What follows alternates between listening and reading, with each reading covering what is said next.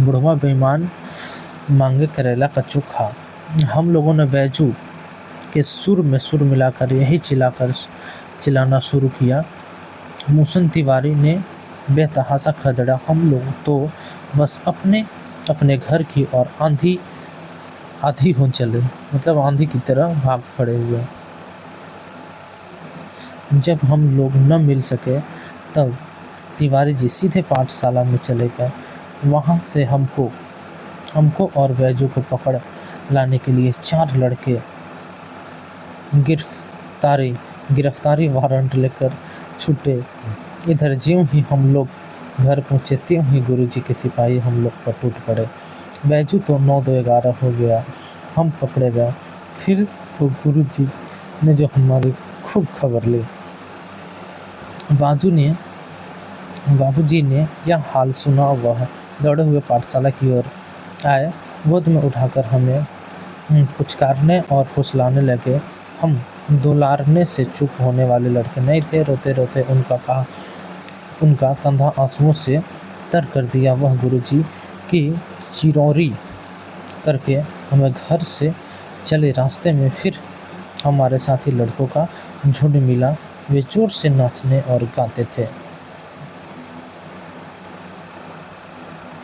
अरहर कुत्ते के शरीर में चिपके रहने वाले छोटे कीड़े किलनी, दीनतापूर्वक की जाने वाली प्रार्थना विनती। माई पकाई गरर गरर हुआ, हम खाई बुआ, ना खेलब जुआ। फिर क्या था, हमारा रोना धोना भूल गए।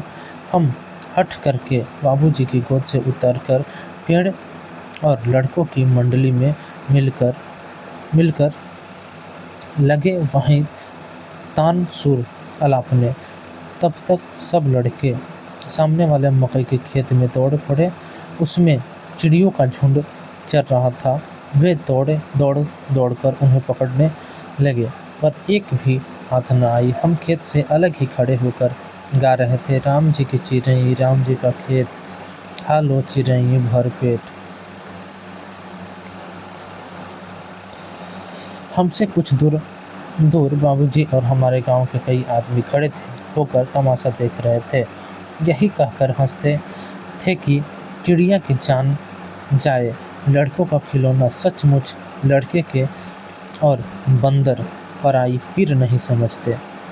एक टीले पर जाकर हम लोग चूहों के बिल से पानी उलीचने लगे। नीचे से ऊपर पानी फेंकना था। हम सब थक गए।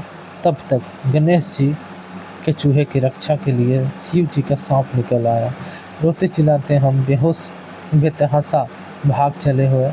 कोई औंधा गिरा, कोई अंटा चिट, किसी का सिर फूटा, किसी के दांत टूटे। सभी गिरते पड़ते भागे। हमारी सारी देह लहूलुहान हो गई।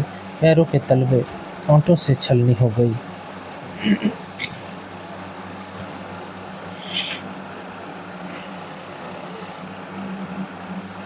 हम एक सुर से दौड़े हुए आए और घर में घुस गए। उस समय बाबूजी बैठक के ओसारे में बैठकर हुक्का गुड़गुड़ा रहे थे। उसमें हमें बहुत पुकारा, पर उनकी अनसुनी करके हम दौड़ते हुए मैया के पास चले गए। जाकर उसकी गोद में शरण ली। मैया चावल अमनिया कर रही थी। हम उसी के आंचल में छिप गए। हमें डर से कांपते देखकर वह जोर से रो पड़ी और सब काम छोड़ बैठी। अधीर होकर हमारे भय का कारण पूछने लगी। हमें अंग भर कर दबाती और कभी हमारे अंगों को अपने आंचल से पूछकर हमें चूम लेती। बड़े संकट पड़ गई। झटपट हल्दी पीसकर हमारे घावों पर थोड़ी थोपी गई। घर में कुम्हार कुहराम मच गया। हम केवल धीमे सुर से सा सुसवा रहे थे, मतलब रो रहे थे। कहते हुए मैया के आंचल लुके चले जाते थे। सारा शरीर थर थर काँप रहा था। रोंगटे खड़े हो गए थे। हम आंखें खोलना चाहते थे, पर वे खुलती नहीं थी। हमारे कांपते हुए ओठों को मैया बार बार निहार कर रोती और बड़े लाड से हमें गले लगा लेती थी। इसी समय बाबूजी दौड़े आकर झटपट हमें मैया की गोद से अपनी गोद में लेने लगे, पर हमने मैया का आंचल की प्रेम और शांति के चंदोबे की छाया न छोड़ी। बरामद साफ सुथ। अब कुछ दोस्तों एक क्वेश्चन रह गया जो कि आप देख सकते हैं, इसमें कमेंट में भी आपको बता सकते हैं। प्रस्तुत पाठ के आधार पर यह कहा जा सकता है कि बच्चे का अपने पिता से अधिक जुड़ाव था, फिर भी विपदा के समय वह पिता के पास न जाकर माँ की शरण लेता है। आपकी समझ से इसकी क्या वजह हो सकती है?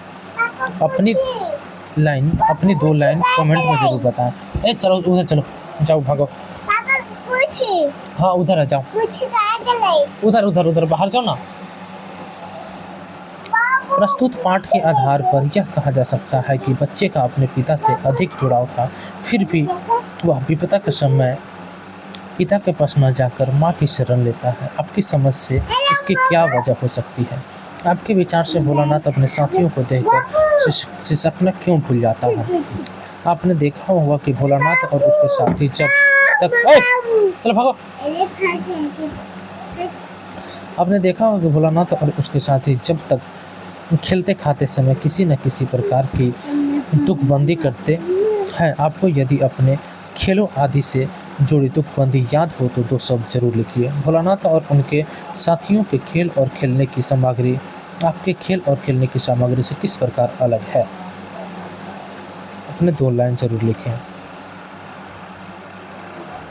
भोलेनाथ और उनके साथियों के खेल समृद्ध हो गए। पाठ में आए ऐसे प्रसंगों का वर्णन कीजिए जो आपके दिल को छू लिया हो।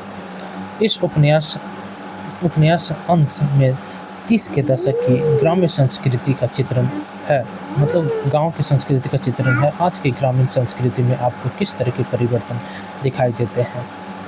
इस पे भी 2 शब्द लिखे। पाठ पढ़ते पढ़ते आपको भी अपने माता पिता का लाड प्यार याद आ रहा हो तो अपनी इन भावनाओं को डायरी में अंकित कीजिए और कमेंट में भी 2 लाइन जरूर लिखिए। यहाँ माता पिता का बच्चे के प्रति जो वात्सल्य व्यक्त हुआ उसे आप अपने शब्दों में जरूर बयां कीजिए। माता का अंचल शीर्षक की उपयुक्तता बताते हुए कोई अन्य शीर्षक सुझाइए। बच्चे माता पिता के प्रति अपने प्रेम को कैसे अभिव्यक्त करते हैं? इस पाठ में बच्चों की जो दुनिया रची गई है वह आपके बचपन की दुनिया से किस तरह अलग है? फणीश्वर नाथ, रेणु और नागार्जुन की आंचलिक रचनाओं को जरूर पढ़िएगा। दोस्तों, ये वीडियो आपको अच्छी लगे तो प्लीज़ वीडियो को लाइक कीजिएगा। चैनल पर नए हो तो चैनल को जरूर सब्सक्राइब कर लीजिएगा। मिलते हैं किसी नेक्स्ट वीडियो में।